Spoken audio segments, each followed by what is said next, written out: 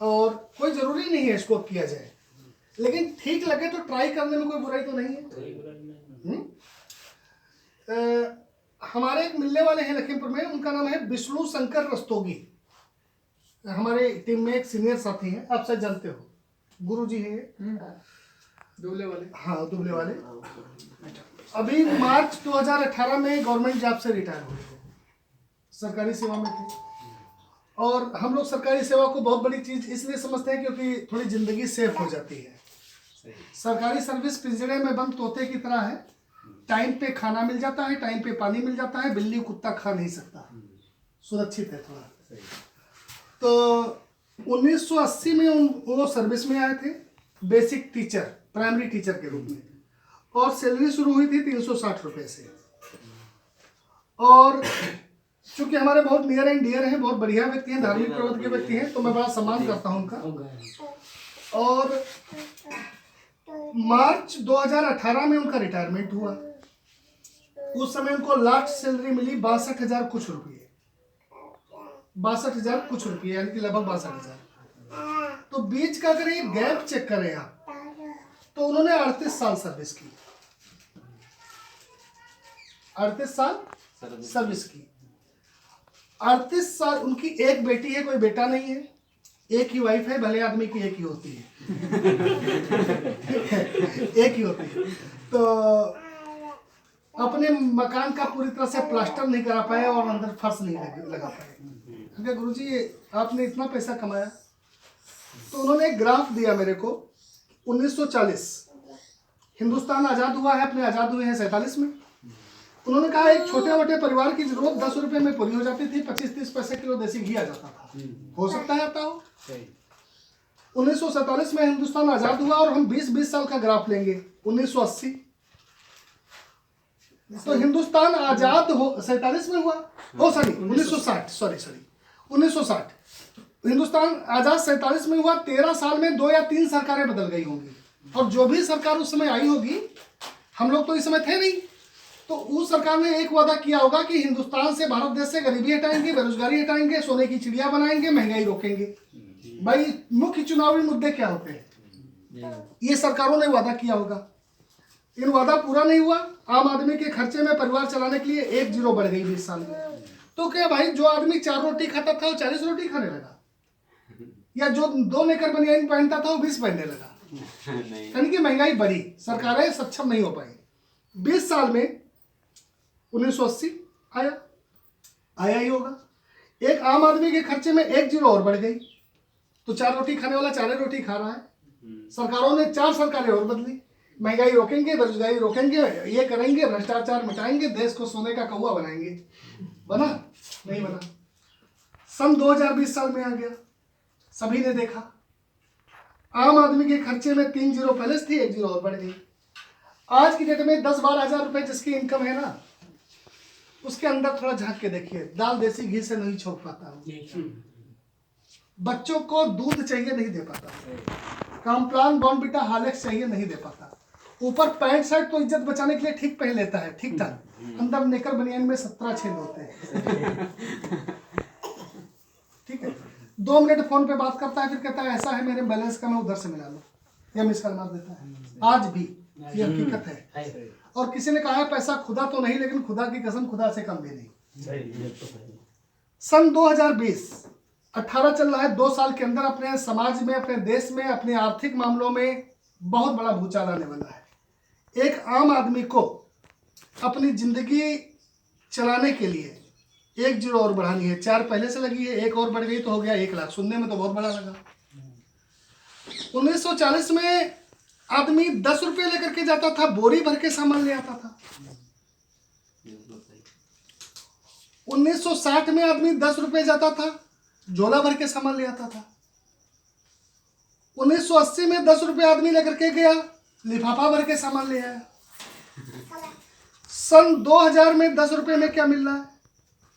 शायद दवाई की गोली भी ना मिले। सन 2020 में 10 रुपये में क्या मिलेगा? माचिस भी नहीं लेके जो जाओगे 10 रुपये माचिस तो आई कहीं से, रुपया तो वही रहा 10 ही रहा। यानी कि परिवर्तन तो बराबर आया, लेकिन आज की डेट में क्या 1 लाख रुपए पर मंथ कमाने के लिए हमारे पास कोई साधन है क्या? जो हम खेती कर रहे हैं, अगर 3-4 कुंटल एक बीघे में गेहूं पैदा हो रहा है तो क्या अगले 2-3 साल में 40 कुंटल पैदा होगा एक बीघे? हम प्राइवेट नौकरी कर रहे हैं, 10-15 हज़ार रुपये सैलरी मिल रही है, तो क्या 2 साल के अंदर इतनी जम पाएगी 50 हज़ार रुपये सैलरी हो जाएगी? यानी कि अपना काम करते हुए, अपने जीवन को चलाते हुए खाली समय में कुछ हम लोगों को नया करना चाहिए। नया करेंगे तो 2 चीजें होंगी, या तो लर्न होगा, केवल सीखने को मिलेगा कि सही किया या गलत किया, और या फिर अर्न होगा, और या फिर दोनों होगा। लर्न भी होगा, सीखने को भी मिलेगा, अर्न भी होगा, और तीसरी चीज नहीं होगी, यही होगा। ठीक। और नया काम भी ऐसा जिससे हमारे देश दुनिया परिवार को किसी को तकलीफ ना हो, जो हम कर रहे हैं वही करते रहे। तो ध्यान दीजिए मेरी बात पे, ये कैसे होगा। 10 मिनट का ये प्लान है, 10 पैसे का नुकसान लगे करना नहीं है। 10 पैसे का चाय ना रहे हो क्या? थोड़ा 5 मिनट रुक करके। 10 पैसे का नुकसान लगे करना नहीं है, 10 पैसे का फायदा लगे छोड़। टीचिंग बैकग्राउंड से पिछले काफी समय से मैं आरसीएम को सीख रहा हूँ। यहाँ पर भी मैं सीखने के लिए आया हूँ। अपने दोस्तों से मैं भी सीखता हूँ, दिक्कतों से और खुशियों से भी मैं सीखता हूँ, नई जगहों पे जाकर के मैं सीखता हूँ। प्रदीप से भी मैं सीखता हूँ, आपसे भी मैं सीख करके जाऊंगा। जो सीखता है वही जीतता है, जो सीख चुका वो आउट हो गया। सीखते तो हम मरते दम तक रहेंगे, मरते दम तक भी एक नई सीख मिल रही होगी कि जान कैसे निकलती है, शिक्षा मिल रही होगी। ओके, बाकी सब में लफड़ा है, आरसीएम में कपड़ा है, और कपड़ा पहनना अपनी मजबूरी है। तरह तरह के कपड़े पहनना अपनी इच्छा है। इन्होंने भूरा पहना है, इन्होंने नीला पहना है, मैंने सफ़ेद नीला पहना है, आपने सफ़ेद पहना है। लेकिन कपड़े पहनना, क्या बिना कपड़े के हम लोग बैठ सकते हैं? नहीं बैठ सकते, मजबूरी है। बाकी सब में लफड़ा है, आरसीएम में कपड़ा है, कपड़ा पहनना मजबूरी है। देश में बाल दिवस आता है, सेना दिवस आता है, शिक्षक दिवस आता है, बिना कपड़े का कोई दिन आता है क्या? रामनवमी का व्रत होता है, कृष्ण जन्माष्टमी का व्रत होता है, नवरात्रि का व्रत होता है। किसी दिन कपड़े का व्रत बनाया गया कि आज कपड़े का व्रत? कोई नहीं छुएगा कपड़े, बना ही नहीं गया। तो बाकी समय लफड़ा है, आरसीएम में कपड़ा है, कपड़ा पहनना अपनी मजबूरी है। दिसंबर 2004 की बात है, एलएलबी का एग्जाम देकर के सेंचुरी ट्रेन से मैं लखीमपुर आ रहा था। मेरी सामने की सीट पर बैठे हुए कोई साहब, जैसे मैं बता रहा हूँ आपको, ऐसे ही 2-4 लोगों को बता रहे थे, हम सुन रहे थे। वो कह रहे थे कि जब चाय पीने से, नमक खाने से, नमकीन खाने से, कपड़े पहनने से, कपड़े धुलने से, कपड़े फटने से इनकम आती है, तो ये बात हिंदुस्तान के लोगों को समझ में क्यों नहीं आती है? तो हम लोग हंस रहे थे। क्यों हंस रहे थे?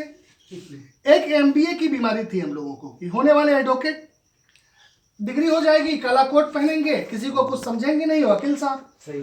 तो एमबीए का मतलब वो एमबीए नहीं, मुझे बहुत आता है, ये वाली बीमारी थी। तो हम लोग हंस रहे थे।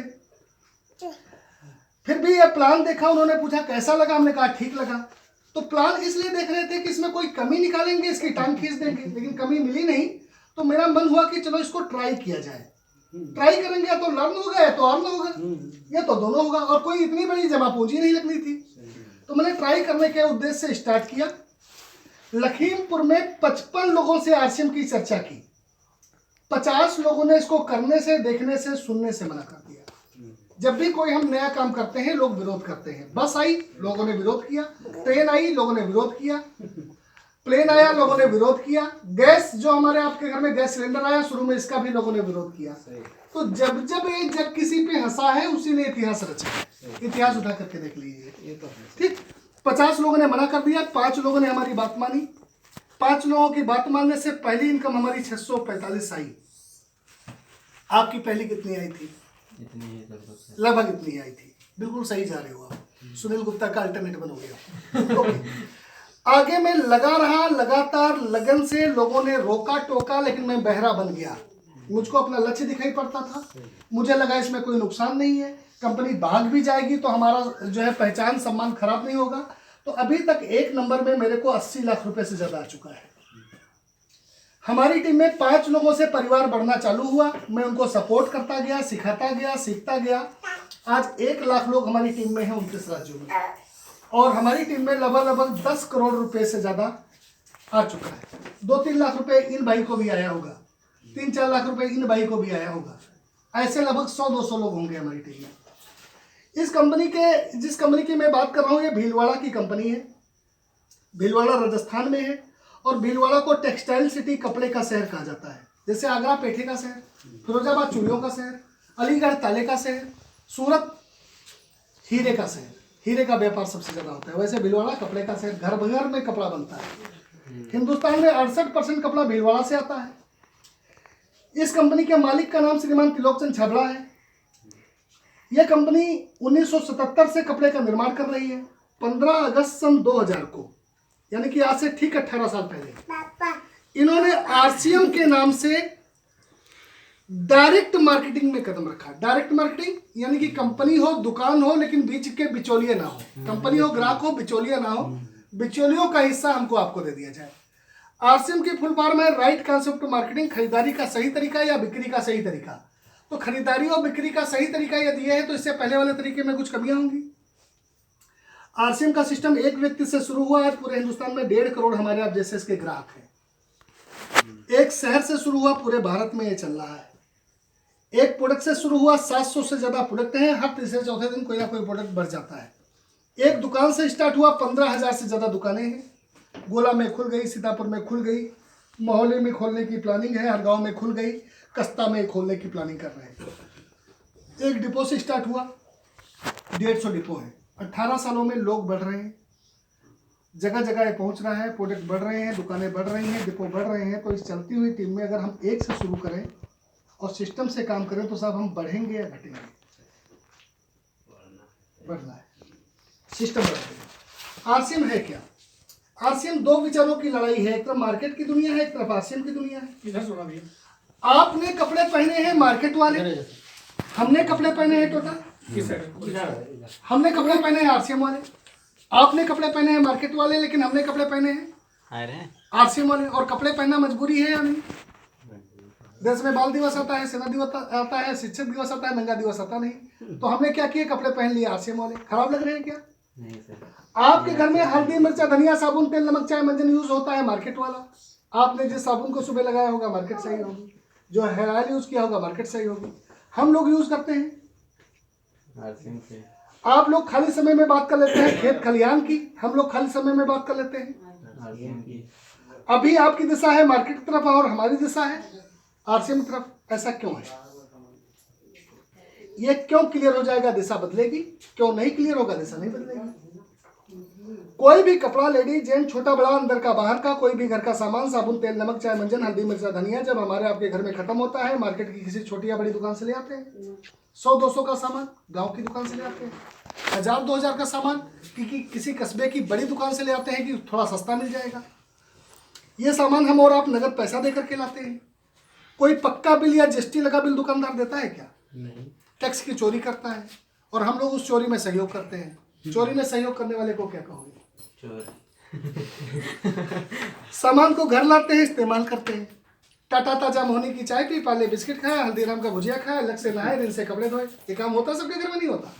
पैकेट खाली होता है, अपने को क्या आता है? क्या है सर? नहीं।